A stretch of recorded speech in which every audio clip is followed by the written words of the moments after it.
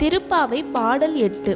கீழ்வானம் வெள்ளென்று எருமை சிறுவீடு மேய்வான் பரந்தனகான் மிக்குள்ள பிள்ளைகளும் போவான் போகின்றாரை போகாமல் காத்து உன்னை கூவுவான் வந்து நின்றோம்.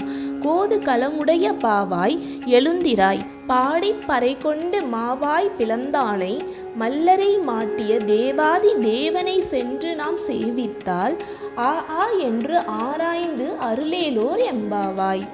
பாடலின் பொருள்: மகிழ்ச்சியை மட்டுமே சொத்தாக கொண்ட சிலை போன்ற அழகு கொண்ட பெண்ணே கிழக்கே வெளுத்துவிட்டது.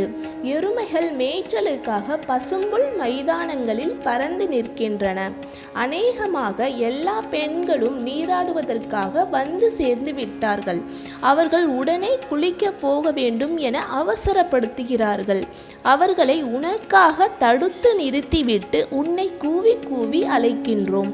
கேசி என்னும் அரக்கன் குதிரை வடிவில் வந்தபோது அதன் வாயை பிளந்து கொன்றவனும், கம்சனால் அனுப்பப்பட்ட முஷ்டிகர் உள்ளிட்ட மல்லர்களை வென்றவனும், தேவாதி தேவனுமாகிய ஸ்ரீ கிருஷ்ணனை நாம் வணங்கினால் அவன் ஆ ஆ என்று அலறிக்கொண்டு நமக்கு அருள் தருவான்.